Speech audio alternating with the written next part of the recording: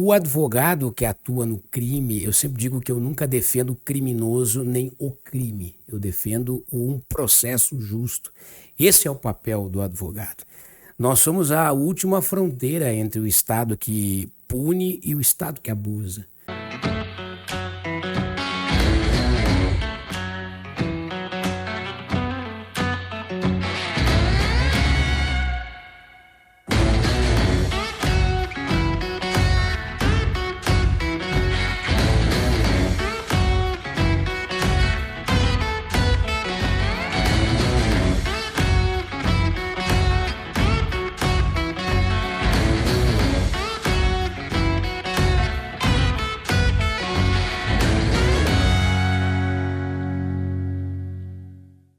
Multiverso Podcast temporada 3. Estamos começando.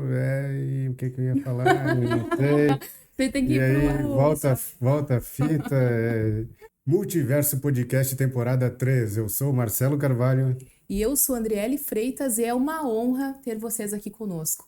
E hoje na minha frente, quer dizer, na nossa frente, nós temos um convidado muito especial e que bom que nós conseguimos, né, que ele conseguiu uma agendinha, né, para estar aqui conosco. Hoje o bate-papo ele é sensível, polêmico e muita gente de repente vai discordar.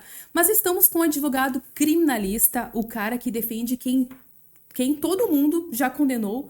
Se prepara porque esse episódio vai incomodar. Seja bem-vindo, Vinícius Boniati, advogado, especialista em direito penal, membro da Comissão Carcerária do Rio Grande do Sul. Seja muito bem-vindo. Muito obrigado, é um privilégio, uma honra conversar com o público de vocês por esse espaço aqui sensacional. Fico muito agradecido, muito feliz. Nós agradecemos. Obrigado por aceitar nosso convite. É um prazer. Eu vou começar te questionando sobre o tratamento.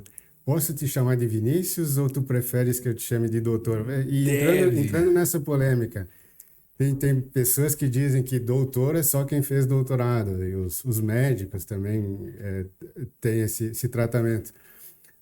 Todo advogado é doutor ou não? Como é que é o tratamento entre vocês? É muito polêmico isso. Primeiro que Vinícius, para mim está excelente. Vinícius, Vini, eu adoro. Mas embora eu seja também um apaixonado pela liturgia dos tribunais e acredito que isso deva continuar. Porque isso que torna tudo com mais brilho, isso que dá um certo charme para o direito.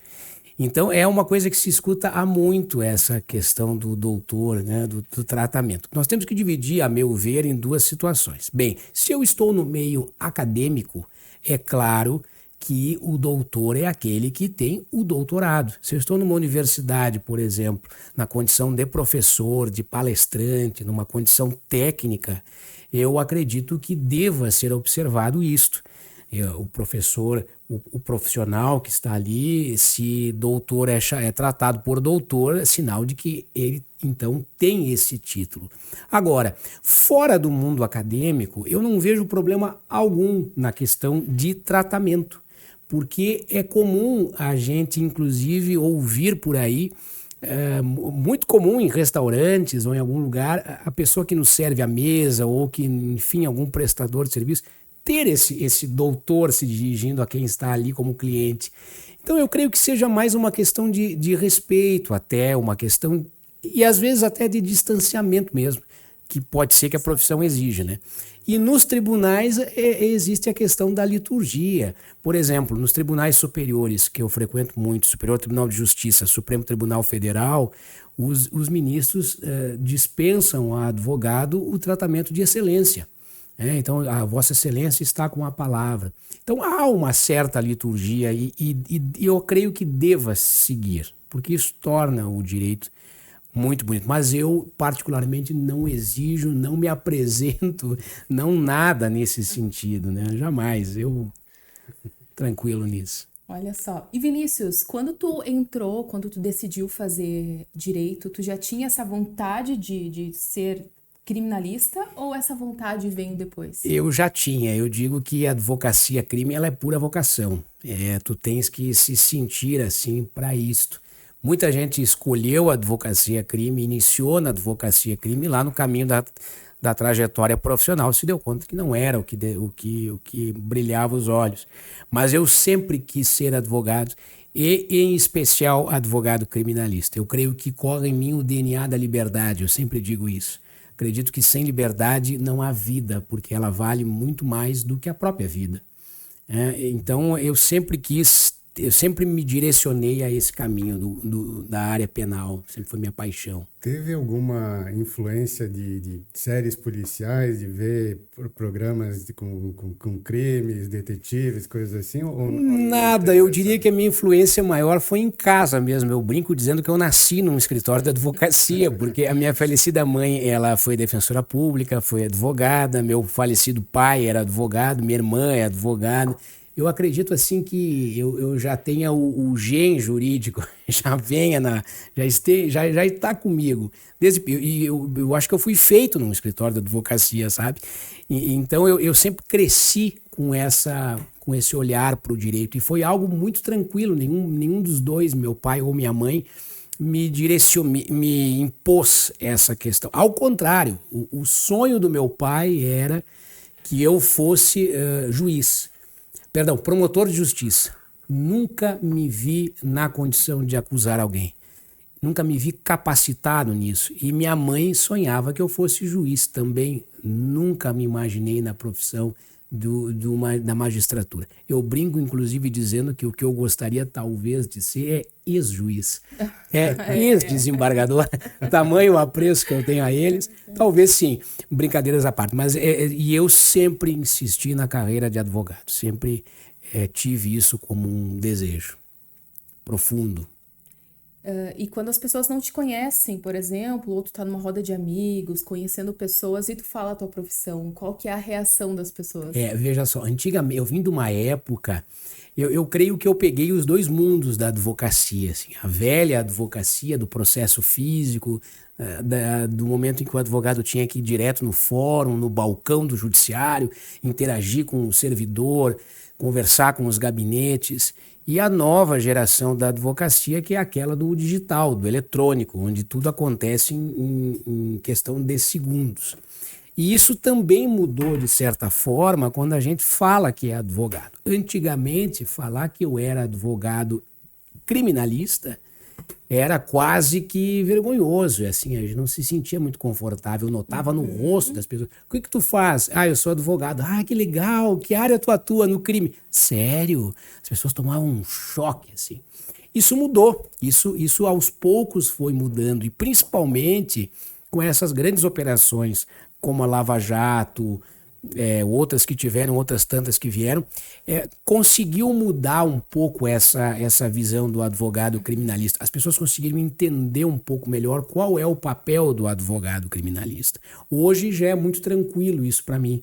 Até aquela brincadeira do advogado porta de cadeia, que às vezes as pessoas...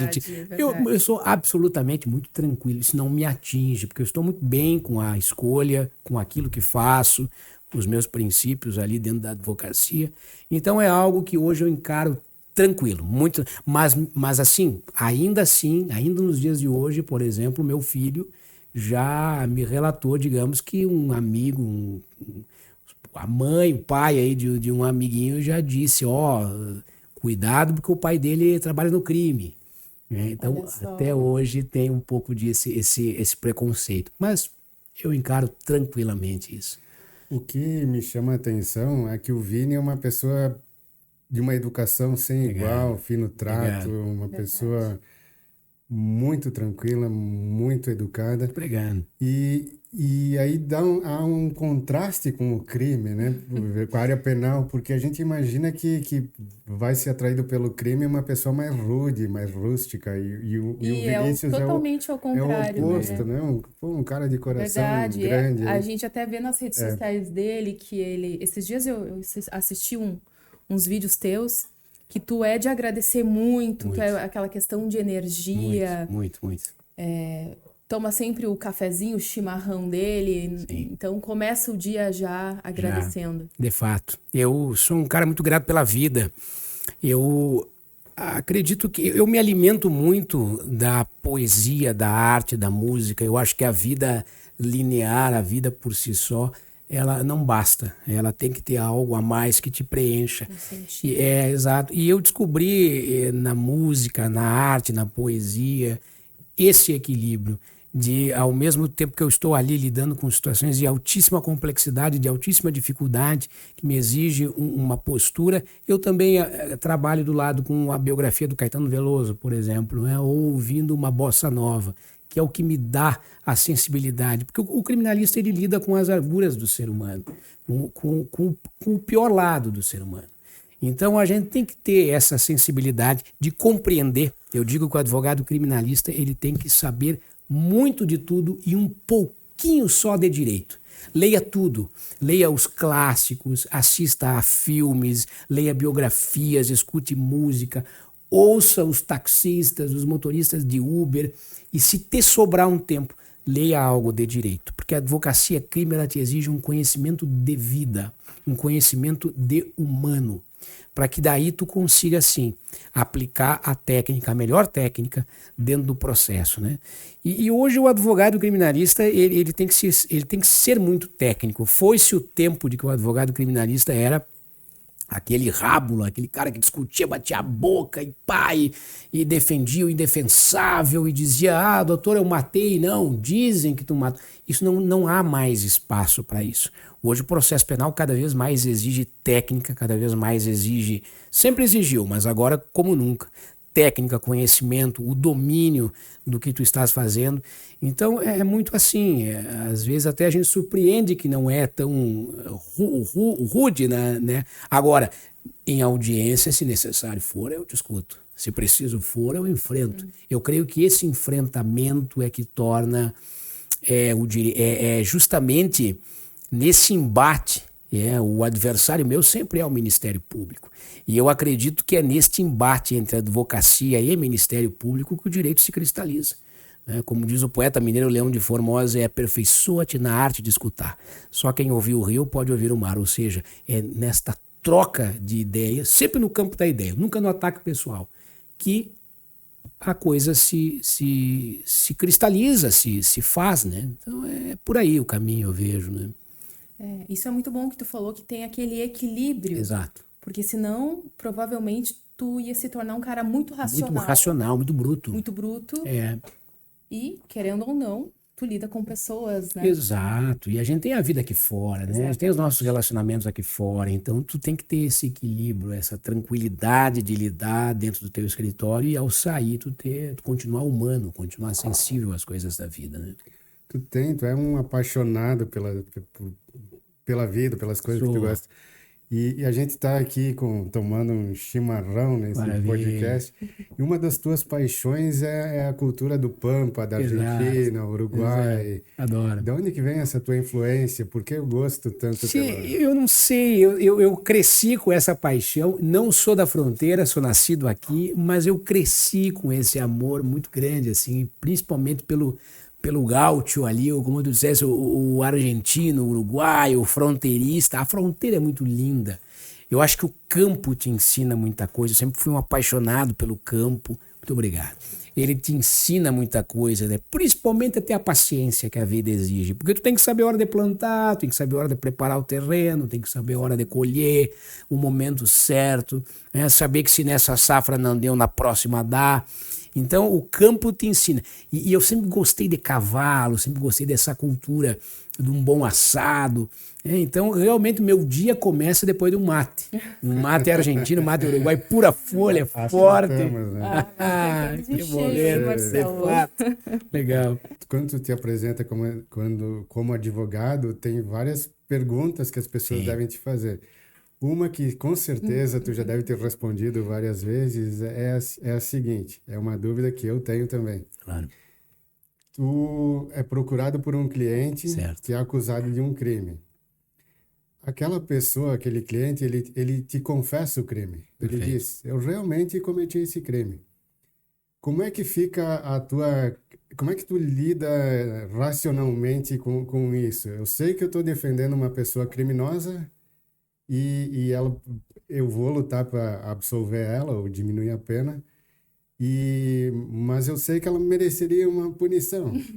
Claro. Veja só, muito boa essa pergunta. Assim, o advogado que atua no crime, eu sempre digo que eu nunca defendo o criminoso nem o crime. Eu defendo um processo justo. Esse é o papel do advogado. Nós somos a última fronteira entre o Estado que pune e o Estado que abusa, né? O direito penal ele foi criado, esse conjunto de regras, como uma proteção, até mesmo aos inocentes, porque ali estão as regras do jogo, até para quem não fez nada e está sendo submetido a um processo, a um julgamento. Então, veja, o que é importante? Eu creio que o primeiro passo, eu primeiramente não defendo nenhum processo que eu não vejo ali uma tese, que eu não vejo ali uma possibilidade de defesa. Né? Eu não pego.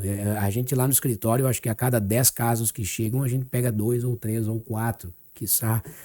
Porque o mais interessante, eu sempre digo que o advogado ele é o primeiro juiz da causa, porque ele tem esse compromisso, esse dever de fazer uma análise, ver se ele encontra uma tese, se ele se solidariza com a causa, se ele se conecta com a causa.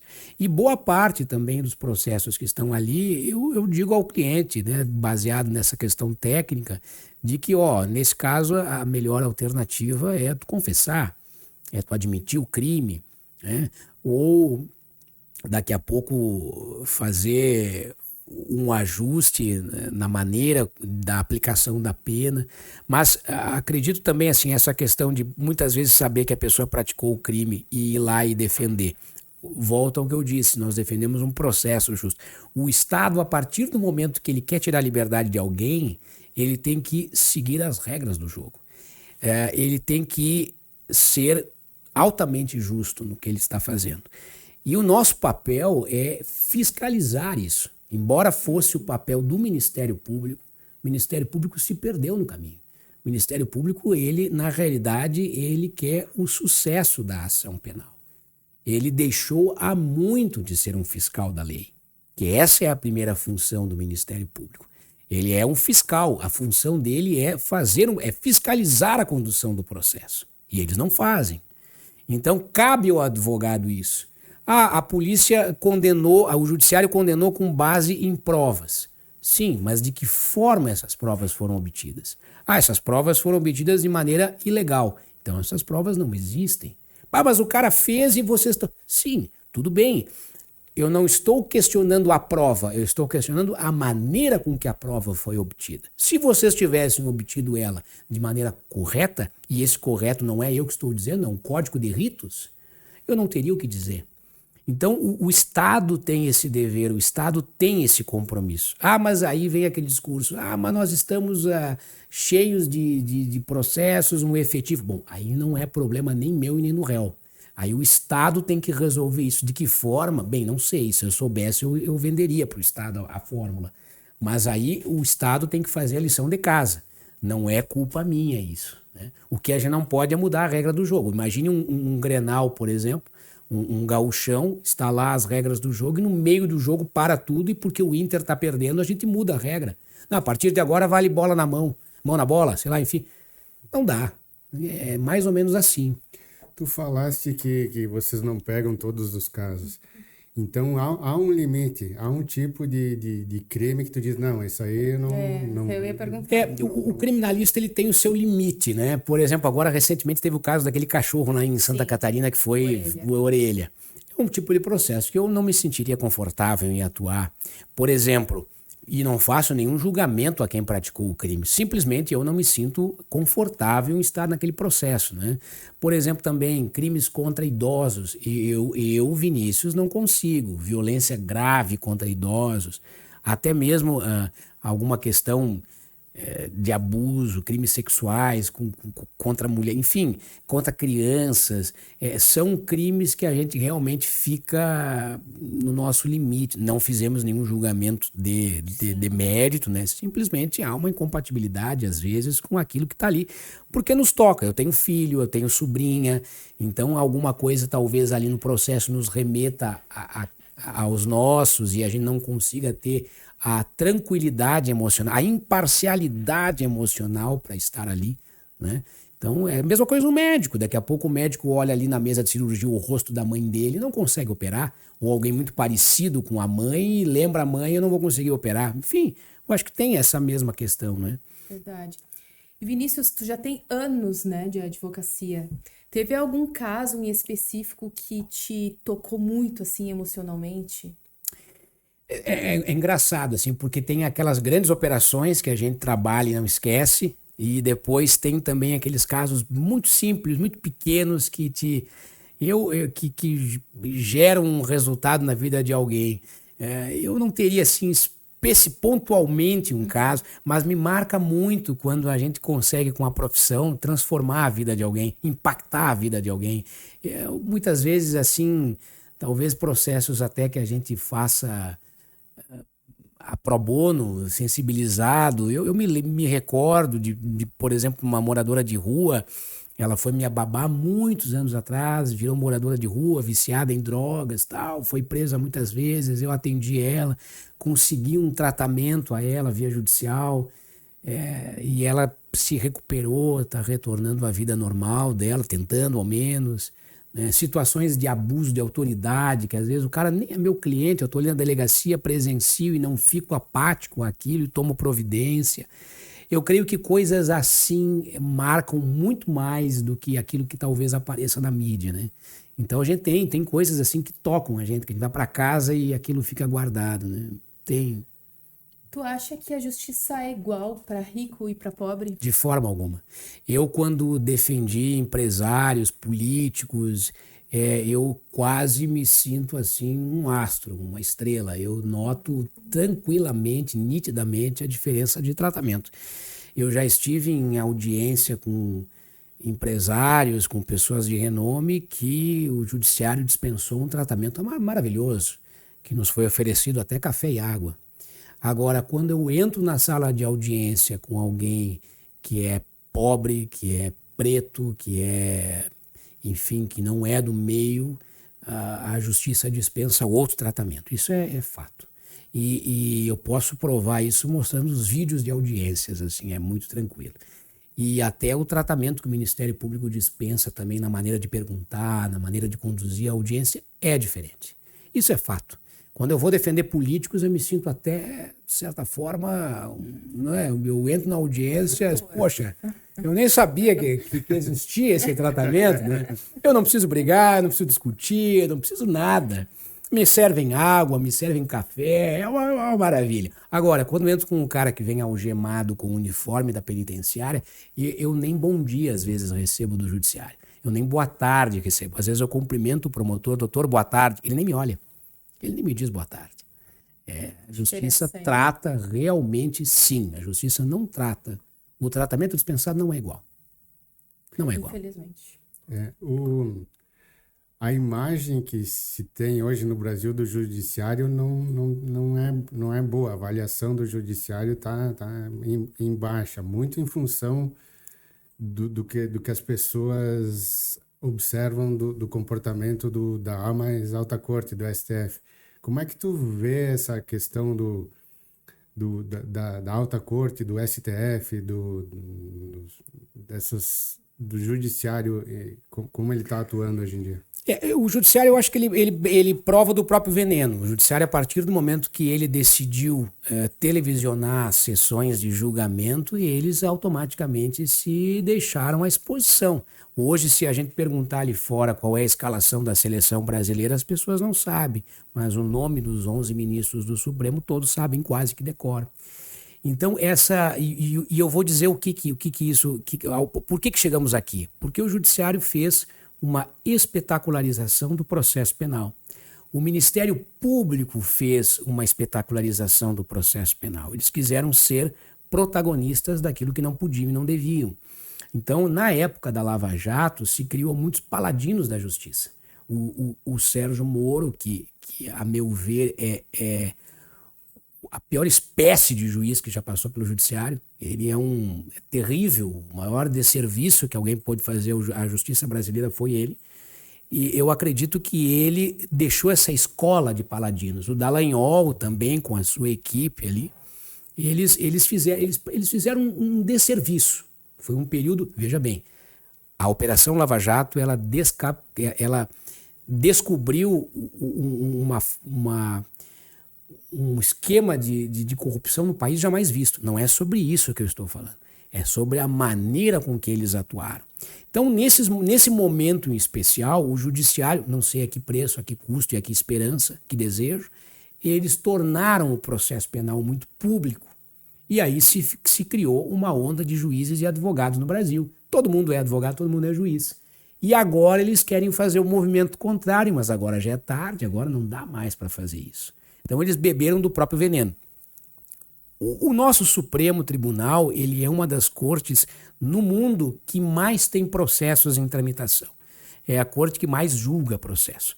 É a única corte superior do mundo que instrui processos, ou seja, que faz audiência, que participa de inquéritos, que atua muito próximo da ação penal. Isso eu acho grave, de certa forma, porque ela perde o objetivo dela, que é o controle do poder judiciário, que é dar a orientação aos tribunais inferiores.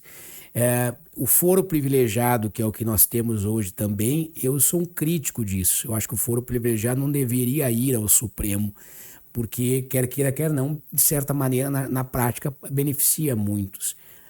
A muitos de determinada classe. O foro privilegiado, a meu ver, deveria ser algo, um tribunal itinerante, com juízes que a cada período seriam trocados e tal, até para conferir uma maior imparcialidade. Mas eu ainda assim confio nas instituições. Eu ainda assim sou um devoto do STJ, do STF. Eu creio que seja ainda a última esperança do advogado. Os juízes de primeiro grau, eu já não consigo mais ter esperança assim, numa jurisdição maravilhosa. Claro, eles têm os gabinetes abarroados e processos. Agora, STJ e STF eu ainda sou um esperançoso, mas um crítico também. Eu acho que muita coisa deveria mudar, inclusive um código de conduta desses juízes deveria ser criado. Né? Verdade. Falando um pouco da prisão no Brasil, tu acha que a prisão ela melhora ou piora o indivíduo? Piora total. Total, porque nós hoje não temos condições de manter. Veja, a nossa legislação de execução penal, a nossa LEP, ela é maravilhosa, ela é um exemplo no mundo. Mas o Brasil, ele é o terceiro país do mundo com a maior população carcerária. Perdemos para a China e para os Estados Unidos. Então, veja, se a prisão regenerasse, nós não teríamos um número altíssimo de regressos, de pessoas que saíram e voltaram. Hoje, na realidade, o presídio virou um depósito humano. O Estado entrega o indivíduo lá e ele esquece que o indivíduo existe. Eu não estou falando que não deveria haver prisões. Não, não é isso. É a maneira como a coisa funciona. Eu acho que o judiciário deveria... Primeiro que tu não resolve o problema de segurança pública com mais presídio ou mais polícia. A meu ver, tu resolve com educação. Isso vai demorar uma vida? Vai, mas em algum momento tem que começar. Tu resolve a questão da segurança pública lá no recém-nascido. Lá na favela, lá na vila, lá no colégio. O professor é um agente de segurança pública, nós todos somos. É aí que o Estado tem que investir. E outra, veja que o Estado deveria apostar também nas antigas FEBEMs, na fase, que ali é o ponto, ali é a fronteira entre o menor infrator e o maior criminoso.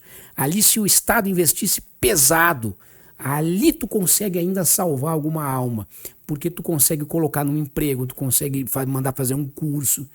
E agora, depois que o jovem está lá preso, ele, para sair do mundo do crime, é muito difícil, porque ele automaticamente já passa a dever a vida dele a algum grupo criminoso, ele já passa a contar com a sorte, ele já tem que escolher um lado do time, se ele quer ser Grêmio ou quer Inter, qual bandeira ele vai defender.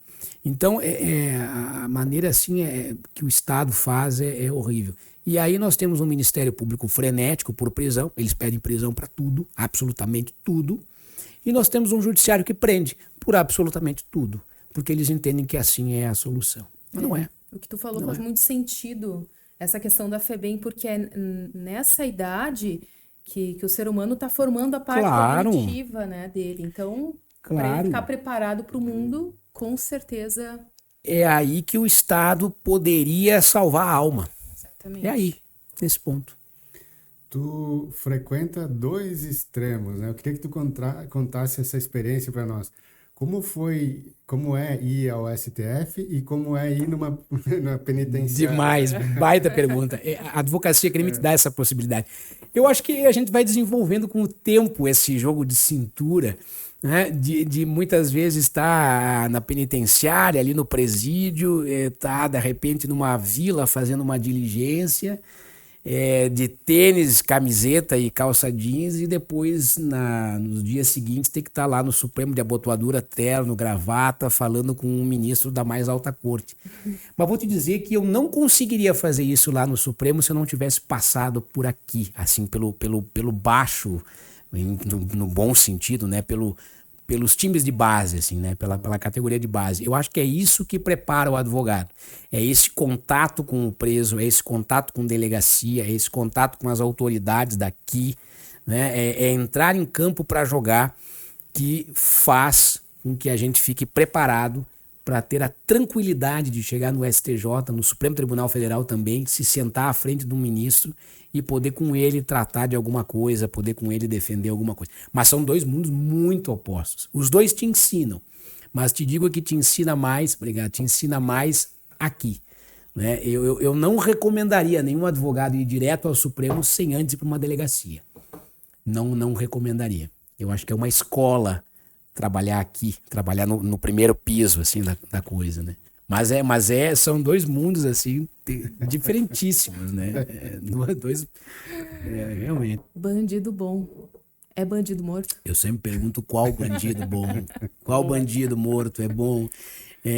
Nós vivemos hoje um baile de máscaras, né, da moralidade. Enquanto nós estamos em casa, sentados à nossa sala, no conforto do nosso ar-condicionado, tomando daqui a pouco um bom vinho feito em Bento Gonçalves, depois de uma belíssima janta, e a gente olha no Jornal Nacional o ex-diretor do Banco Master ser preso, nos dá um certo regozijo, né? Não sei, algo contido dentro de nós, mas a gente muitas vezes vibra. Agora, se esse mesmo indivíduo que vibrou ali com a prisão do Vacaro, não recordo agora, amanhã de manhã a Polícia Civil ou Federal bater na porta dele, a primeira pergunta que ele vai fazer é: vocês têm mandado? Eu quero ligar para o meu advogado. Quem é que autorizou vocês a entrar aqui? Quando é o filho desse indivíduo que capota o carro porque dirigia embriagado e mata o companheiro que está sentado à carona, esse discurso do bandido bom não vale mais, já é suavizado. E eu sei porque eu lido com os dois públicos. Eu tenho na minha carta de clientes empresários, médicos, muitos médicos, empresários, gente de negócios. Tenho clientes em outros países que eu atuo. E eu noto que o discurso é diferente quando bate a porta. Então, veja, como assim, né? A gente tem que ter essa ideia de que eu ali, o advogado criminalista, defendendo o pobre preto favelado que está ali sendo julgado pela justiça, eu brigando pelos direitos dele, indiretamente eu também faço valer os direitos de toda a sociedade, que poderá ser submetida a uma ação penal. As pessoas não têm essa característica, porque hoje nós estamos no processo penal, amanhã nós podemos partir para outras questões constitucionais. A liberdade tem o mesmo tratamento constitucional que o patrimônio. Então, hoje, se a gente tem uma casa e deve para o banco, e a gente mora nessa casa, o banco não nos tira essa casa. A liberdade é a mesma coisa, é um bem intocável, né? Agora, por que a gente briga tanto pela liberdade? Por que a gente briga tanto pelo patrimônio e não pela liberdade? Qual é a diferença de um e de outro? É muito simples. A partir do momento que a liberdade passa a não ter mais esse peso constitucional, a casa daqui a pouco também não. Os bancos vão daqui a pouco tirar a tua casa e não vai ter o que reclamar. Então é isso, sabe? Me impressiona isto. Eu mais uma vez eu digo, e eu sempre digo, eu não deixo que promotor algum, que juiz algum, que delegado algum fale que defende mais o combate ao crime do que eu que advogo no crime. Jamais, sobre hipótese alguma. Agora, a pergunta é: que país nós queremos? Que país a gente quer ter com esses enfrentamentos que o judiciário faz, né? Com esse julgamento que a sociedade faz, né? A meu ver é isso, sabe? O dinheiro compra a liberdade? Eu acho que te dá condições de ter uma boa defesa, um bom escritório te defendendo, pagar bons profissionais, fazer com que esse advogado que te defende tenha a possibilidade de pegar um avião e ir a Brasília. Eu adoraria, sinceramente, poder ir a Brasília para todos os meus processos. Adoraria, seria maravilhoso. Mas a gente fica atrelado, às vezes, muitas das vezes, às condições de quem está ali nos contratando. Não é todo cliente que pode pagar 3 dias teu em Brasília, né? Então a gente usa de que forma? Os meios canais alternativos. A gente faz, mas faz de maneira virtual, despacho de maneira virtual, vou fazer sustentação oral de maneira virtual. Mas o dinheiro te dá sim essa condição, essa hipótese, né? Ano passado eu trabalhei todo 2025, praticamente uma vez por mês indo ao Uruguai, numa operação entre Brasil e Uruguai. O cliente tinha que arcar com as despesas todas de viagem. Então veja, se ele não tem essa condição, essa possibilidade, ele fica à mercê, daqui a pouco, de uma defensoria pública que faz um trabalho magnífico, mas é que eles fazem dentro da realidade que o Estado dá. Então, respondendo, eu acredito que sim, que ela facilita o teu acesso à justiça. Tu acha que pena de morte resolve alguma coisa? Tu é a favor ou não? De forma nenhuma, porque num país onde há tantos erros judiciais, onde há tantas falhas no processo, o que a gente faz depois que a pessoa é morta e é descoberta a inocência dela, por exemplo? Tivemos agora recentemente em Brasília aquele crime da Zona Sul, crime do Norte Sul, acho, não sei. O rapaz ficou 13 ou 18 anos preso, depois de condenado e tal, ficou lá todo esse tempo preso e aí se descobriu a inocência dele.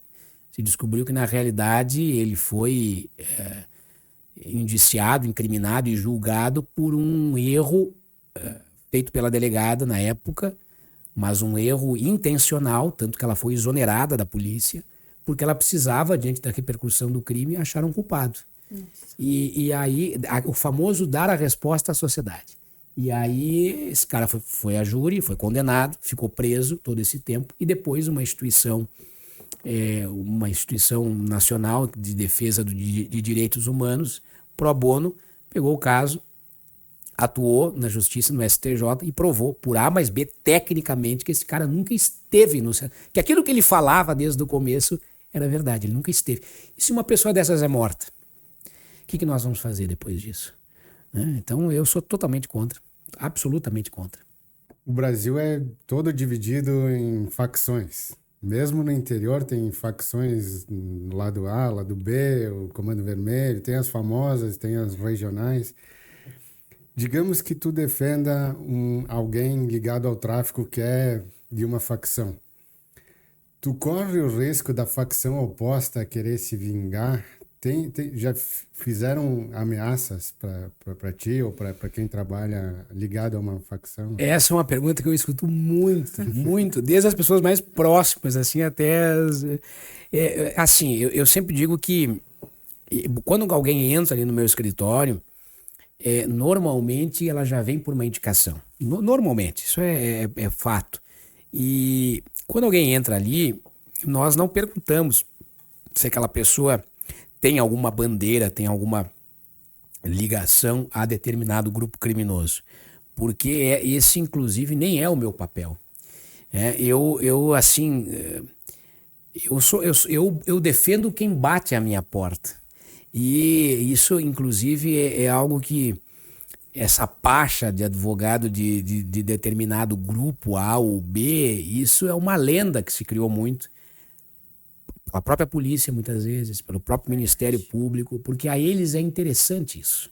A eles é interessante, daqui a pouco, descredibilizar a figura do advogado, de determinado advogado, talvez, enfraquecer a imagem, a credibilidade daquele profissional, criminalizando o papel dele, confundindo a figura do advogado com a do cliente. Isso, às vezes, é um jogo maniqueísta que as instituições fazem de forma proposital. Nós dividimos o Brasil hoje entre o mocinho e o bandido. Então, o Ministério Público, eles fazem um jogo de fla-flu. Essa coisa de nós prendemos e eles soltam. Mas não, isso é quase que um discurso eleitoreiro. Isso é uma coisa que a Corregedoria deveria até punir um promotor que faz isso. Mas se faz muito. Então, eles fazem muito esse jogo de eu sou o mocinho, eu sou o xerife, eu sou o guardião da justiça, sou o paladino da justiça. E aí vem o advogado, aí o cara aí, alguém aí que defende os bandidos. Eles não dizem que defende o processo, né? Que defendem os bandidos. E o cara solta. Então, eu creio que essa crença de que o advogado advoga A ou B é mais um mito. Claro, com certeza há advogados, mas aí eu já vejo que isso fica reservado a grandes centros, como por exemplo o Rio de Janeiro, São Paulo, que o comando ali é muito forte, é muito dividido. Eu acho que nesses casos poderia sim haver um conflito daqui a pouco, né, de um advogado de determinado grupo, se procurado pelo grupo contrário, passaria a ter alguma represária. Eu acredito que isso aconteça e seja reservado mais a grandes centros, né? Eu nunca tive esse problema por aqui. O tema do meu TCC vai ser crimes psicológicos e criminológicos, que eu acho Maravilha. isso muito importante, né? Então Sensacional. eu tenho uma visão sobre isso baseado na teoria. E na tua visão, o que faz um indivíduo cometer um crime bárbaro? Tu acha que é a infância, onde a pessoa vive, né? A convivência com as pessoas? O que pode acontecer? Eu acredito que a gente não nasce criminoso, né? Fosse assim, nós teríamos já um mapeamento certo e determinado, né? Enfim, agora, eu acredito que é uma série, uma soma de fatores, né? Que levam Cada a caso é um isso, é um caso. caso. Mas eu noto muito, e isso é um dado meu, eu nunca anotei isso, eu nunca parei para conferir ali tecnicamente, mas eu observo há muitos anos, eu já perdi a conta de quantas prisões na minha vida eu atendi. Eu observo que 99%, para não dizer 100%, das pessoas que estão ali presas, elas têm uma ausência paterna muito forte. Elas têm algum problema com o pai. Essa ausência pode ser tanto física quanto emocional. Eu noto muito isso. E noto que quanto mais grave o crime, mais há problemas ali na estruturação com mãe e pai. Então eu acho que tem uma relação muito direta. A psicologia poderia explicar melhor, mas eu acho que tem muito a ver. E é claro, sim, que a ambiência também contribui, né? É evidente que a mãe que consegue pôr o seu filho num quarto com um bom computador, com as pausas para o lanche e ao som de Chico Buarque, num ar-condicionado de 16 graus, a probabilidade desse indivíduo se tornar um médico, um delegado, um juiz, é muito maior do que aquele que está ali numa favela, não é? numa casa de um cômodo só, sendo interrompido por barulhos de fuzil. E são duas realidades muito diferentes. É claro que aquele que está ali na favela, a probabilidade dele vencer na vida não é nem... Ele pode ser o cara mais esforçado do mundo, mas as oportunidades vão ser diferentes. A maneira até com que ele vai se concentrar no trabalho, no estudo, vai ser diferente. Não tem como ele estudar com a barriga roncando e a mãe chorando porque não tem como comprar o gás. Eu acho que o meio também acaba te obrigando a vencer de outra forma, né? Falando em questão agora de júri, tu acha que o júri ele costuma julgar com emoções ou com provas? Eu acho que emoções. Talvez tu saber conduzir a prova de uma maneira que torne, que toque os jurados, contribui. Eu acho que o Tribunal do Júri, o Tribunal do Júri ele foi criado porque se tem a ideia de que o do povo terá que ser julgado pelos do povo. É uma espécie de proteção, vamos assim dizer, para aquele que está sendo submetido a um julgamento. Então a gente tem ali um grande desafio. São pessoas que não têm um conhecimento técnico, por mais intelectualizadas que sejam, são pessoas que muitas vezes não são da área, são pessoas que não conhecem do processo, são pessoas que não tiveram contato nenhum com o processo, elas estão conhecendo ali, naquele exato dia. Então, o grande desafio do advogado, e outra, o promotor já entra com um gol na frente, né? Porque ele chega ali com um discurso sempre de que ele está fazendo justiça, defendendo a sociedade, de que ele conta essa história linda, e isso encanta. E aí, então, veja, já toca, né? E depois ao advogado cabe trazer os fatos, as provas, esclarecer que talvez aquilo que foi dito ali não é bem assim, e também tocar no lado emocional para que ao menos o jurado possa lhe dar atenção. Ao menos a atenção. O advogado tem que ser bom, ou muito. tem que colocar uma musiquinha de fundo para ajudar. Eu não sei, porque o advogado já entra ali, sabe, com um gol a menos. O advogado já entra ali meio que com a capa baixa, como dizem os argentinos. Né? Existe nas pessoas um certo sentimento de querer condenar? Claro, sem dúvida. Tu gosta de júri? Adoro. Se eu pudesse fazer um por dia, eu faria. Adoro, demais. Eu acho incrível o júri. Incrível. Tu acha que um réu muito exposto na mídia, obviamente, ele perde chances de uma defesa justa? Total. O processo midiático, ele é terrível. Eu fico impressionado quando eu vejo no Fantástico processos com segredo de justiça, que às vezes nem o advogado teve acesso. E aí vem o Fantástico e diz, tivemos acesso exclusivo ao depoimento da vítima. Como que vocês tiveram acesso exclusivo ao depoimento da vítima se eu, advogado, não tive? Eu defendia inicialmente o caso do bolo envenenado em Torres. Né? A imprensa tinha acesso a tudo. E eu não tive sequer inicialmente acesso à ocorrência. O repórter vinha conversar, eu passei uma tarde dando entrevistas, os repórteres vinham conversar comigo, eu conheci mais do processo conversando com os repórteres do que no próprio processo penal, no próprio inquérito. Né? Então, assim, veja, o Ministério Público, quando tem um caso assim, eles fazem uma coletiva de imprensa, eles reúnem a imprensa inteira, eles colocam no telão deles tudo que eles adquiriram de provas, eles trazem o delegado, eles fazem ao vivo, eles fazem um espetáculo midiático. E a pergunta que eu faço, e se esse indivíduo for absolvido? Como é que fica tudo isso? Não é? E a defesa é dado o mesmo espaço, o mesmo tempo, é dada a mesma oportunidade? A defesa se contenta às vezes com uma nota de rodapé na imprensa, dizendo que provará a inocência durante a instrução do processo. Até porque a nossa instituição é muito severa nesse sentido da exposição. E esse severo não é crítica, eu acho que tem que ser realmente. Então, nós, advogados, a todo tempo temos que cuidar o que nós vamos nos manifestar. Temos o dever de sigilo, temos o dever, uma série de deveres. Então, quando a imprensa nos procura, depois de todo aquele espetáculo que o Ministério Público fez, aquele show que eles fazem, só falta eles irem para o planeta Atlântida, daqui a pouco, no intervalo de um show a outro, eles explicarem o caso deles. É um show da Xuxa aquilo ali. A defesa tem que ficar calada, tem que ficar ali no cantinho dela, dizendo, olha, nós não conhecemos ainda todo o processo, porque de fato não, eles nos deixam por último. Então é terrível, mas há uma diferença absurda. Aquilo que está na mídia, a dificuldade é 1000 vezes maior. Recentemente, eu não sei se vocês assistiram o filme Tremembé, que ele é uma série, na verdade, que conta a história das mulheres do crime. Exato. Tremembé é a prisão, uma das maiores prisões, né? Não sei se tu estudou um pouquinho o caso da Elise, da Suzana. Só pela mídia, tudo pela mídia, Mas um pouquinho do caso Um pouquinho sim. Defenderia? Eu não sei. Veja bem, eu acho até que sim, dependendo das circunstâncias. Eu teria que ter uma proximidade muito maior com o caso para saber.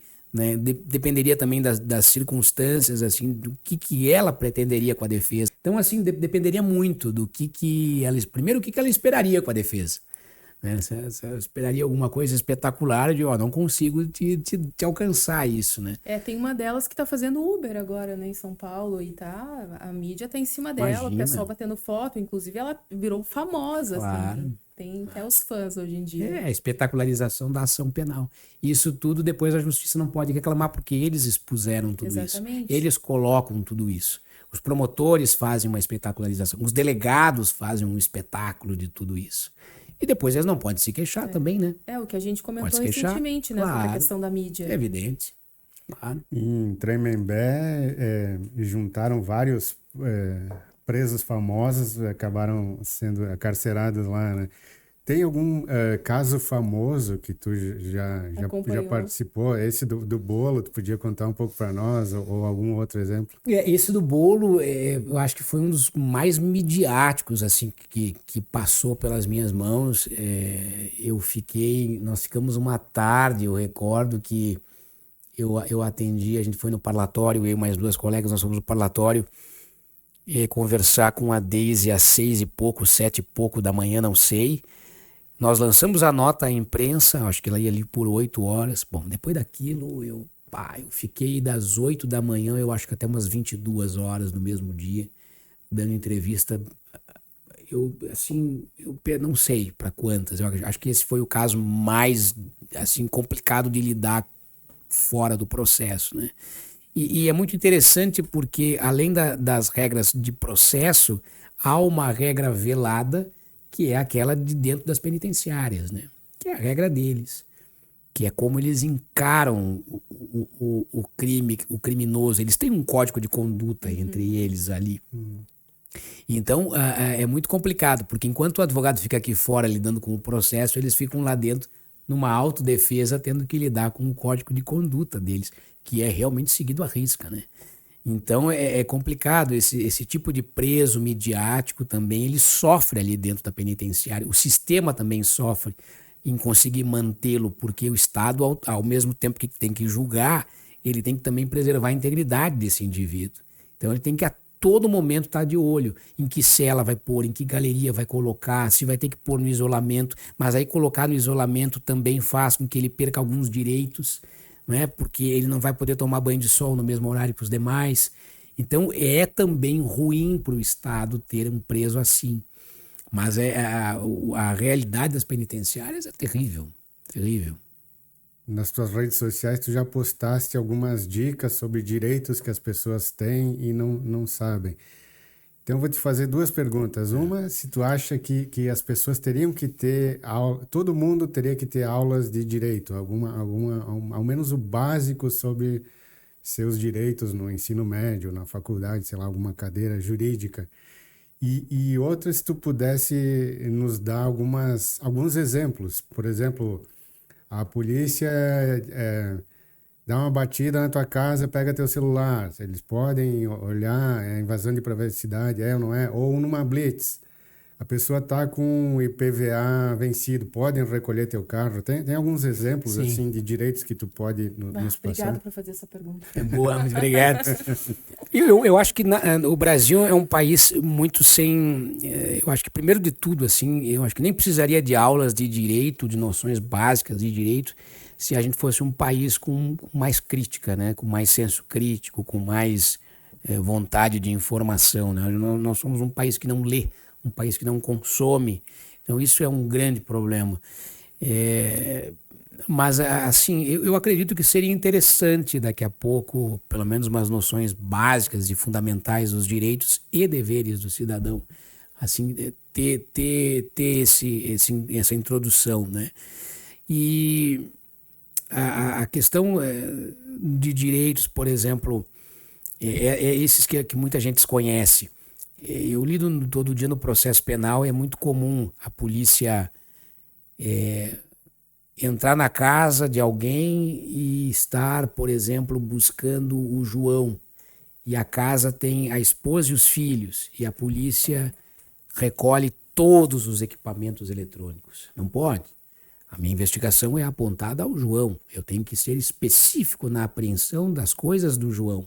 Aí entra aquela questão lá atrás que nós conversávamos no começo da entrevista, que é defender o inocente ou o culpado, né? É aí o grande papel do advogado, definir, fazer valer as regras do jogo. Então eu sempre digo que o indivíduo, por mais paradoxal que possa parecer, o primeiro direito do indivíduo é o de ser bem acusado. O primeiro direito de quem responde o processo penal é o de ser bem acusado. Eu tenho que saber do que eu estou sendo acusado. Eu tenho que saber o que exatamente tem contra mim. Então, isso é uma coisa que nem todos sabem. Então eu sempre digo muito ter esse cuidado, observar os horários dos mandados de busca e apreensão, a questão das abordagens, eu acho que é muito além só de um mero de saber ou não saber o que tem de direito. A gente vê muito, e agora o Supremo organizou isso, a questão da justa causa aparente, né, da fundada suspeita, para fins de abordagem, porque acontecia muito comum do indivíduo que é de alguma favela ser pego de repente com um cigarro de maconha e ser preso por tráfico. E aí, numa outra determinada região do município, de uma cidade, o cara de Porsche, com 5 vezes mais quantidade de droga do que aquele favelado ali, ser tratado como consumidor. E esse ato de análise, ele era reservado exclusivamente ao delegado de polícia, porque a ele cabia avaliar as circunstâncias, fazer uma análise, né? Então, o que o Supremo fez? O Supremo definiu como que isso deve ser analisado. Tirou esse poder da polícia e passou a um plano geral. Então, por isso que eu acho que é importante, sim, a gente conhecer esses detalhes, né? Para um pouquinho, tu me abordou, mas me abordou por quê?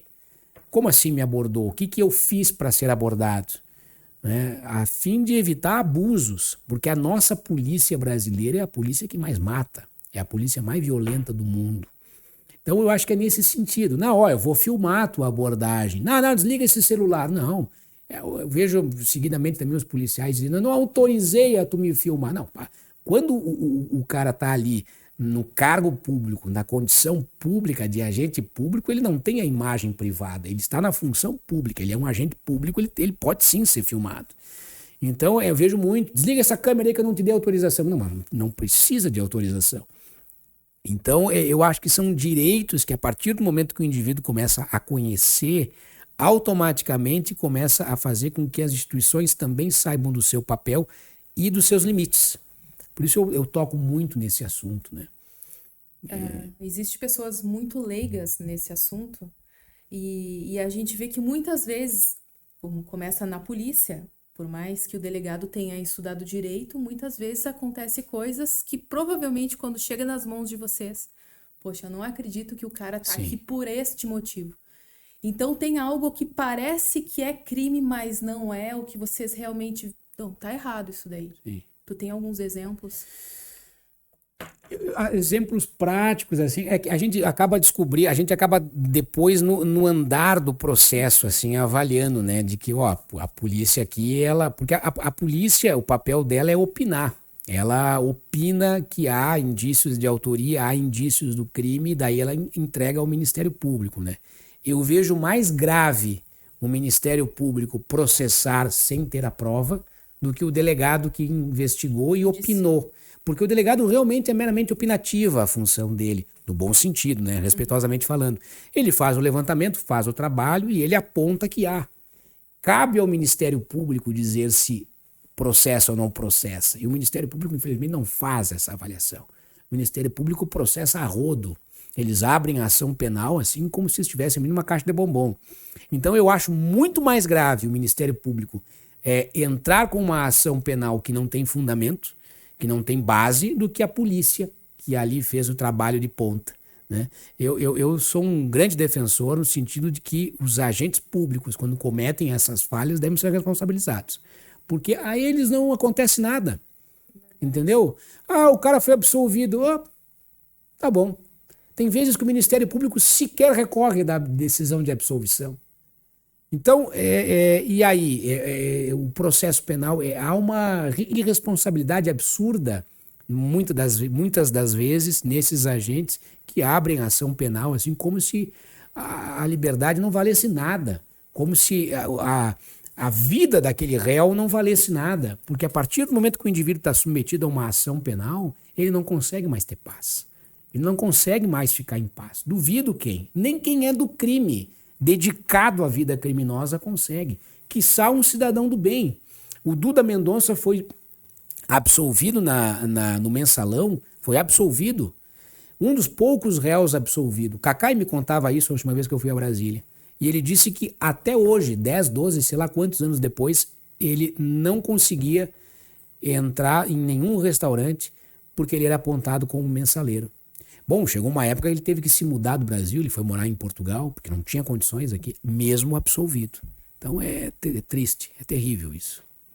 A gente tem várias, eu vou chamar de instâncias, né? Tu falaste do Ministério Público, tem outras instâncias, tem o delegado e vamos falar lá da ponta de baixo, do policial.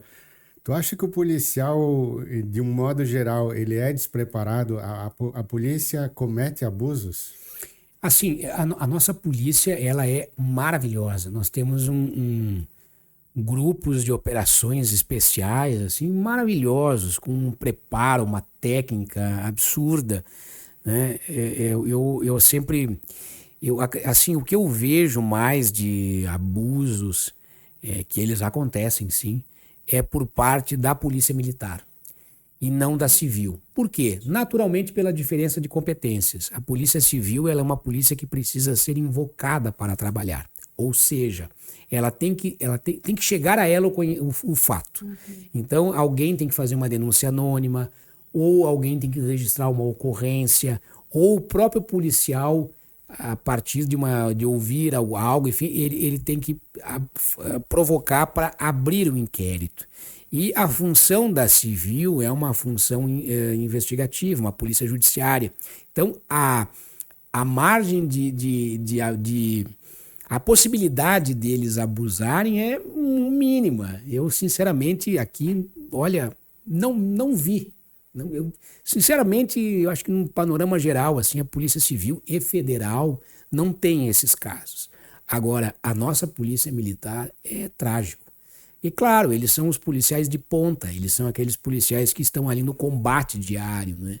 Eu acho que tu pode fazer o teu trabalho dentro de uma técnica. Eu acho que tu pode fazer o teu trabalho dentro das regras do jogo, né? Então, a gente vê, sim, claro que vê. Eu escuto muito histórias de saco preto, né? Eu escuto muitas histórias de clientes que foram agredidos. E são fatos que a gente leva, não é o ouvir dizer, eu presenciei, eu levei ao conhecimento do judiciário, o judiciário determinou oficiamento às instituições de corregedoria, né? A nossa polícia é uma polícia muito violenta, extremamente violenta. Não dá para esquecer que os direitos humanos servem para os dois lados, né? De fato, olha só o caso que tivemos em Passo Fundo recentemente daquele agricultor. Né? E a polícia militar tem desempenhado um papel que não é dela, que é o papel de investigar. Eles estão querendo investigar. Ora, isso não é competência da polícia militar. Isso é da polícia civil. Aí eles vêm com essa de que nós temos um setor de inteligência. Tudo bem, mas que esse setor de inteligência, a partir do momento que descobre algo que remeta à polícia competente, que é a civil, eles não têm a competência para ter informação, para investigar e ir lá cumprir a ordem, cumprir uma busca. Isso não existe, tchê. Isso é desviar totalmente a função. E outra, que setor de investigação de inteligência é esse que não há no registro, na funcionalidade da polícia, essa hipótese? O DOI-CODE acabou, o AI-5 se foi. Então, o investigado tem que saber que polícia está prendendo ele, de onde veio a denúncia. O ouvir dizer, o boca a boca, não vale. Acontece o que aconteceu aí em Passo Fundo. Um dia que já se viu policiais militares fazerem uma operação sem farda. É indispensável o uso da farda. Os policiais militares fazerem uma diligência com viatura discreta. Mas aonde que viatura discreta é prerrogativa da federal e da civil, mediante uma série de critérios para que aquela viatura seja de fato identificada, que aquele automóvel seja de fato identificado. Então é terrível. Eu acho que a polícia militar deveria passar por uma reciclagem muito séria. É a morte anunciada. Isso que aconteceu em Passo Fundo não me causou nenhum espanto. Demorou, inclusive, para acontecer. Demorou muito tempo. Vinícius, falando um pouco do português, né, do juridiquês, há muitas vezes tu acha que é para intimidar. Eu vi que deu uma melhorada ali na forma que os advogados devem se comunicar. Mas há muito tempo, né, vocês, né, digamos, eu falo nós, mas eu ainda não, né? A gente fala de uma forma diferente. É para intimidar, é para impor respeito, ou é para dificultar que a pessoa leiga realmente não entende o que diz no processo? Eu acho que até há um tempo atrás era para dar um distanciamento mesmo, para demonstrar assim uma certa intelectualidade, uma certa, pô, esse cara fala bonito, fala todo, né? Até no próprio tribunal, o advogado via lá e fazia. Só que hoje eu acho que não há nem mais espaço para isso.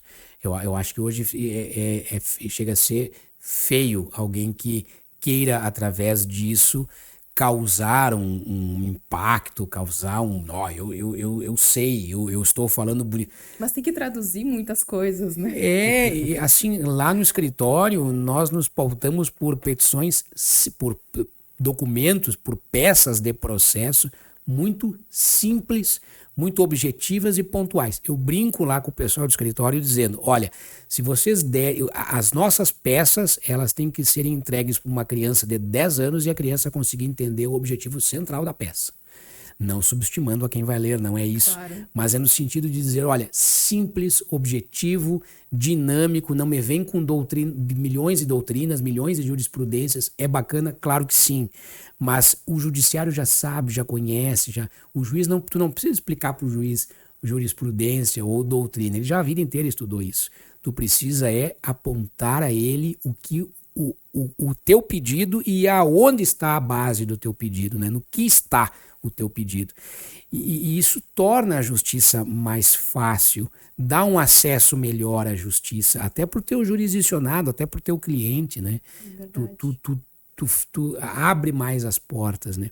Então a justiça também passou por um processo muito grande hoje em dia de os juízes e advogados simplificarem as peças, né? Dando ao cidadão, dando à população num geral também a possibilidade de ter acesso à justiça, que é um direito constitucional. A partir do momento que tu cria termos rebuscados, a pessoa não vai, é que nem ler bula de remédio. Exatamente. Impossível. A pessoa não vai Não entender. tem. A bula é feita para quem? Para quem vai tomar ou para quem? Para o médico? Para quem vai tomar. O cara vai abrir a bula ali, o cara vai ter que saber mais ou menos o que está acontecendo. Também o processo, eu creio, tem que seguir isso, sabe? É uma ótima comparação, né? Tem essa... Eu acredito também que um certo... impor um respeito, um limite, um distanciamento... Importante, claro. Também ajuda no seguinte sentido. Digamos que tu tá num churrasco de família. Ou com amigos, tem aquele sujeito que vai lá e diz, vem cá, eu estou com um problema aqui, tu pode me dar uma opinião, uma orientação? Né? Tu tem que impor um limite. Não, me procura no escritório e tal. Isso acontece muito. Às vezes me perguntam, é advogado? Eu já respondo, depende. Depende, não sei. Depende do que tu quer, de repente. Às vezes eu brinco, tu é advogado, não, sou enganador. Tem nada a ver com advogado. Psicólogo também sofre muito com isso, né? Porque realmente as pessoas, assim, às vezes, tem até uma brincadeira que eu escutava muito. Muito gentil, obrigado. Tem uma brincadeira que eu ouvia muito, que o médico estava no mercado e a paciente passou por ele, doutor, eu tô com uma dor aqui, não sei o que tal, quero falar com o senhor, o que o senhor acha? E o médico disse para ela, levanta a blusa. E ela, mas aqui no mercado, mostrar o meu seio, tu veio me perguntar no mercado, olha aí. Né? Por analogia, trazendo para o direito, né? Realmente, as pessoas acham às vezes que a gente tá com tudo assim, de uma máquina, né? Um caixa eletrônico, que tu pega o extrato e sai E não, a gente tem que entender do caso, eu acho muito ousado o advogado emitir, assim, uma opinião, a grosso modo, né? Um parecer, né? Porque eu sempre digo, eu, advogado, tenho a obrigação de te dar uma informação certa. O teu vizinho, o teu colega, o teu amigo, não. Se tu pedir a opinião jurídica dele e ele errar, tá tudo certo. Agora, eu, advogado técnico, errar, não posso, né? Matei muito. Os caras pedem demais isso aí. E tem a questão financeira, né? Tu estudou para isso. Também. É a profissão, né? Claro. E as pessoas... E muita gente não entende que, às vezes, o advogado demora para receber, os casos demoram para ser julgados. Tem uma lentidão que também influencia na parte financeira, né? Claro, o Brasil é um país... Eu acho que isso é fruto, assim, de um país da escravidão. Eu acho que isso vem muito da nossa cultura, porque a gente não consegue valorizar o trabalho intelectual, a gente só paga por aquilo que a gente vê. Então, pelo braçal. Então, é muito complicado isso. O brasileiro, se tu fores a outros países, não precisa ir muito longe. Tu vai à Argentina, ao Uruguai, por exemplo. Ao Uruguai. Eu trabalhei no Paraguai há um tempo atrás, em 2024. Eu noto, assim, a diferença do profissional que trabalha com o conhecimento. Eles te colocam lá em cima. Eles valorizam muito o teu conhecimento. Eles não chegam para conversar contigo sem antes perguntar o valor do teu trabalho e da tua consulta. E o Brasil não tem isso. O Brasil paga aquilo que ele pode tocar, né? Isso é fruto de um país que se livrou da escravidão há pouco. Então, é muito complicado. O pessoal te procura e às vezes tu cobra, tu passa o teu valor, mas tu vai me cobrar? Claro, meu trabalho é óbvio, né?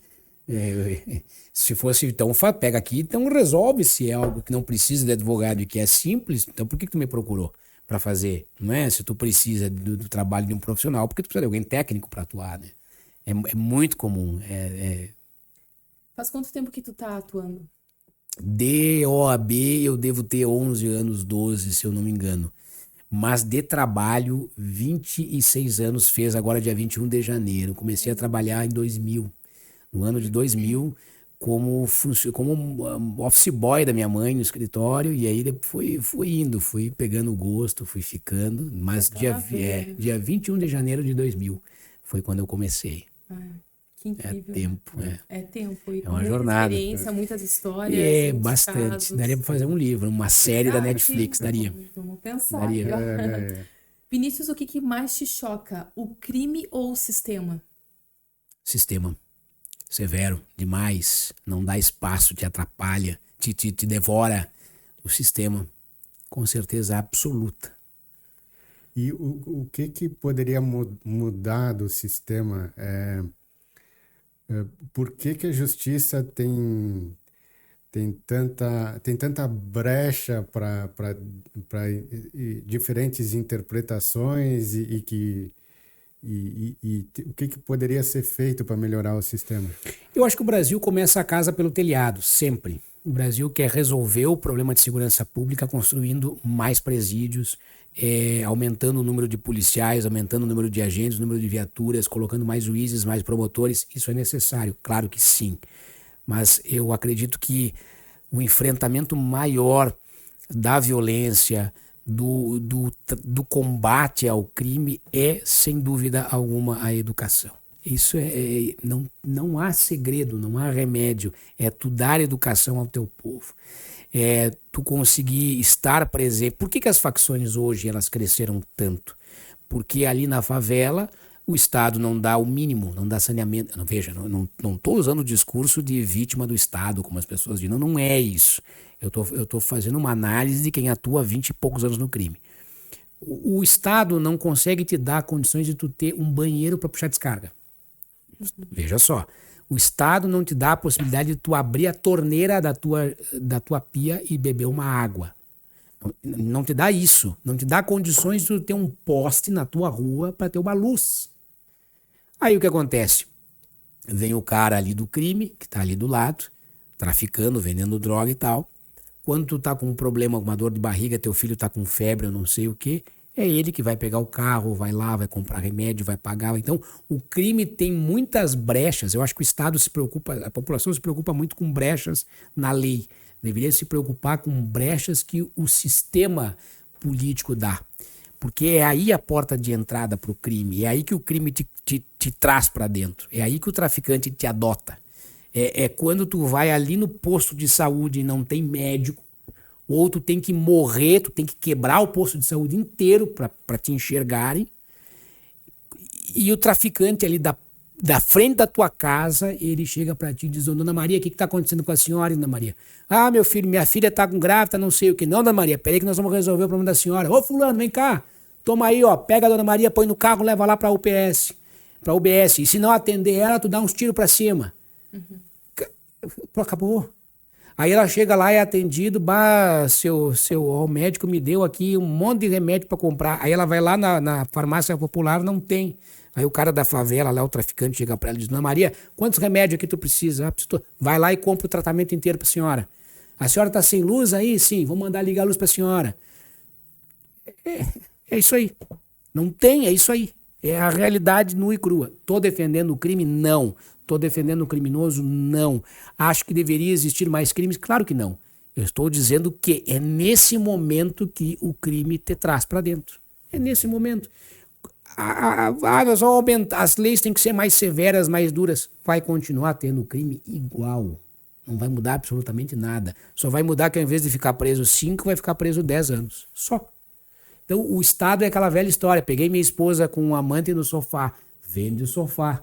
Não se separa da mulher ali. Vende o sofá. O Estado começa a casa pelo telhado, tio. Ninguém quer enfrentar esse problema.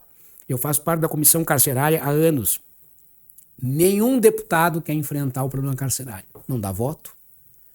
Nenhum deputado, nenhum político quer sentar contigo para tratar sobre preso. Nenhum, eles não querem. É tudo para depois. É loucura, tudo para depois. Não querem. Claro, é um assunto delicado. O que dá voto hoje em dia? É bandido na cadeia, esses caras têm que ser presos, tem que matar, tem que não sei o quê. Isso é que dá voto. Nunca vai se resolver o problema da criminalidade no Brasil. Eles não querem resolver. Não vai resolver. Não vai. Tem como. Vini, tu falaste que está atuando há 11 anos como advogado. Com o tempo, não precisa ser especificamente o teu caso, mas que tenha conhecimentos de sim ou não. Com o tempo, acaba criando uma rixa entre o promotor e o advogado de defesa, entre o juiz e o advogado, entre um juiz e outro juiz, entre o delegado, entre as partes. Né? De minha parte, nada pessoal. Eu brinco dizendo que se eu pudesse pôr uma placa de agradecimento no meu escritório ao Ministério Público, eu colocaria. Se eu pudesse... Tem até uma música que brinca e diz, eu não lembro quem é o autor, mas ele fala, hoje eu acordei com vontade de mandar flores ao delegado. Se eu pudesse mandar flores ao delegado, eu mandaria. Eu não tenho absolutamente nada pessoal. Agora, eu desenvolvo o meu papel e minha tarefa. Eu estou ali com a liberdade de alguém que me foi confiada. E uma das hipóteses que a advocacia me dá é a palavra. Uma das grandes riquezas que a advocacia me dá é o poder de fala. Que eu não posso ficar calado diante dos abusos do Estado em alguns momentos. Então, evidentemente que sim, há conflitos entre Ministério Público, entre polícia, e eu noto que essa pessoalização é por parte das instituições. O Ministério Público não gosta de ser desafiado. Eles não estão acostumados a quem os desafia. Muitas vezes eles estão ali numa gaiola de ouro comendo alpiste do Estado criado pelo chá de pera da avó. E aí eles vão para ali numa realidade que eles desconhecem. Esses dias numa audiência que tinha depoimento dos policiais absolutamente igual, até as vírgulas. E eu perguntei, vem cá, o senhor prestou esse depoimento ou esse depoimento foi copiado? E me enrolaram um pouco lá na resposta, tal, foi. E aí o promotor não gostou muito, tal, e eu respondi a ele. O senhor deveria, quando está de plantão, ir numa delegacia para ver o que é um flagrante. Por quê? Ele deve ter lá 20, 30 anos de Ministério Público, ele nunca foi num flagrante. E ele é o fiscal da polícia. Tem promotores que nunca entraram numa delegacia. E claro, e nós advogados estamos diariamente enfrentando os abusos do Estado. Numa luta sozinha. Eles têm a instituição inteira que está em apoio a eles. Que se eles cometem alguma falha, raramente acontece alguma coisa. Eles nem desculpa pedem. Agora, nós advogados estamos ali de sol a sol combatendo esses abusos. E eles não gostam. Eles detestam. Claro, tira eles do equilíbrio deles. Né? Toda linha reta denuncia uma linha torta. A partir do momento que tu começa a demonstrar aonde está aonde é o certo, o errado começa a aparecer. E aí, se tu vai apontando o errado, eles têm que se obrigar a tomar providências. Exatamente. Então eles ficam bravos. Às vezes em audiência tem abusos, tem situações que eu sou provocativo. Eu falo ali na audiência. Vem cá, hein? E o fiscal da lei não vai tomar providência? Eles ficam enlouquecidos.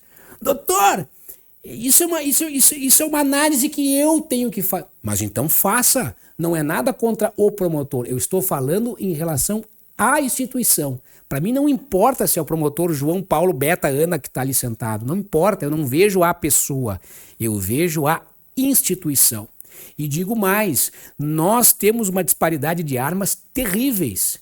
Enquanto o Ministério Público está sentado à mão direita do juiz, conversando no ouvido do magistrado, nós, advogados, não temos às vezes nem a hipótese de tomar água no intervalo de uma audiência ou outra.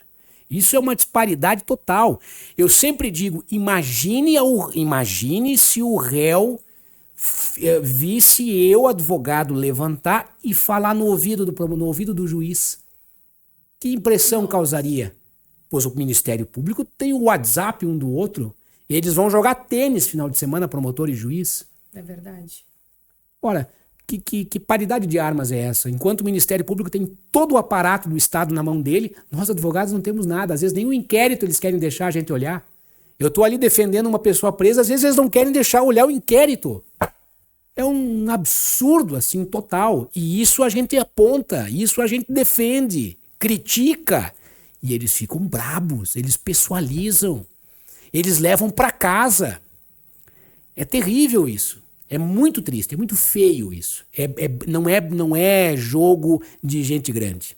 A injustiça começa claro. Por onde não deveria. Esses dias numa festa me perguntaram, eu estava com o pessoal do judiciário ali e tal, da Justiça Federal de outra cidade, e o rapaz me perguntou, tu é advogado? Assim, aí ele me disse, bom, juiz não gosta de advogado, né? E eu respondi para ele, e advogado gosta de juiz? Digo, não precisa nenhum gostar do outro. Precisa a gente entender o papel de cada um. E isso é jogar o jogo de gente grande. Acabou, pronto. Exatamente. Tu acha que a justiça ela é cega? Teria que ser. Eu confio que sim. Eu acho que sim. Eu acho que ela tem que ser. Ela tem que segurar aquela balança e aquela espada com a mesma desenvoltura. Assim. Ela tem que equilibrar e punir. Mas eu acredito ainda. Eu acho que o judiciário tem essa coisa de retirar o nome da capa do processo, né? De julgar o processo. Eu confio. Eu realmente confio. Acredito que sim. Se tem algum caso ou outro que daqui a pouco se sabe que houve venda de sentença, que houve isso ou aquilo, que volta e meia na imprensa aparece, eu acredito assim que sejam fatos muito pontuais. Eu sou realmente um crente na justiça, na independência da justiça. Talvez eu seja o último dos românticos, né? Mas eu acredito mesmo. Vini, tu atua não só em Bento Gonçalves, né? Quais os lugares? Assim? Meu escritório tem hoje atuação, nós estamos com 12 estados que a gente está atuando, não com unidades, né? Mas com o processo eletrônico hoje é muito possível, né? Facilitou. Então nós estamos aí em mais de 10, eu não sei o número preciso, entre 10 ou 13 estados, não sei, da federação, com processos espalhados ali. E eu atuei especificamente no Uruguai e no Paraguai em 2024 e 2025. Então, claro, minha base principal é Bento Gonçalves, mas eu tenho processo, e afora diversas cidades do Rio Grande do Sul, espalhados, que hoje em dia as audiências virtuais também dão muita facilidade, muita possibilidade de aumentar o teu braço. Mas é isso, em todo o país e em 2 países também. Em todo o Brasil e em 2 países que eu atuo também. Tem uma média assim de casos que tu já ganhou? Não tenho esse número. Não tem? Não tenho. Porque eu acho que a grande alegria do criminalista é um alvará de soltura, por exemplo, é um habeas corpus dando certo. Eu acho que esse é a maior vitória de um advogado. Mas eu não tenho esse número. Assim, não gostaria até de um dia fazer esse cálculo. Não tenho. Tá no teu horizonte fazer uma mudança de função, por exemplo, prestar concurso para juiz ou ser desembargador no futuro? Tem algo assim no teu... Não me vejo, não me imagino na magistratura. Acho lindo, acho maravilhoso, mas não me vejo. Talvez, quem sabe, ser por alguma coisa do destino, ser desembargador pelo 5º, de repente, nomeado a ser desembargador. Por que não, talvez? Mas assim, de prestar um concurso, não tenho esse desejo despertado. Eu amo a advocacia, eu adoro o que faço. Então, me sinto muito feliz nisso, sabe? Nunca tive esse interesse. Admiro, mas nunca tive essa vocação. muita gente me pergunta desses trabalhos fora do país. As pessoas têm bastante interesse, às vezes, em saber isso, sabe? É uma pergunta muito comum no meu Instagram. Como que o advogado está lá? Como é que tu atua? Pode atuar? Não pode? Sim, claro. Hoje nós temos a possibilidade, principalmente em Portugal, há uma reciprocidade dos dois países, né? De lá para cá e daqui para lá, que é um acordo que o Brasil fez, inclusive para uso de teses jurídicas, esse compartilhamento. Então é muito possível. E o Mercosul tem essa hipótese de o advogado transitar. Claro que ele precisa ter um padrinho no país que ele vai de destino. Então, muita gente me pergunta, né? Claro, eu não posso atuar sozinho lá. Então, nos dois países eu tenho advogados a quem eu estou vinculado, que a gente chama de padrinhos, né? Então, eu chego naquele país, eu vou reto na escola de advogados de lá, que é como se for colégio de advogados, que é como se fosse a nossa OAB aqui, e a partir disso eu faço o meu pedido de inscrição com aquele advogado daquele local. E aí, em conjunto com ele, eu posso tranquilamente. Aí atos assim de extrajudiciais eu posso ir sozinho, delegacia, aqui, ali, fórum. Então é muito bacana, é muito legal. Audiências, daí eu vou acompanhado do advogado local. Posso fazer perguntas, é muito legal, assim, é muito bacana a experiência, vale. Deve ser uma experiência muito boa. Então aqui na Mercosul tu pode... É possível. É possível.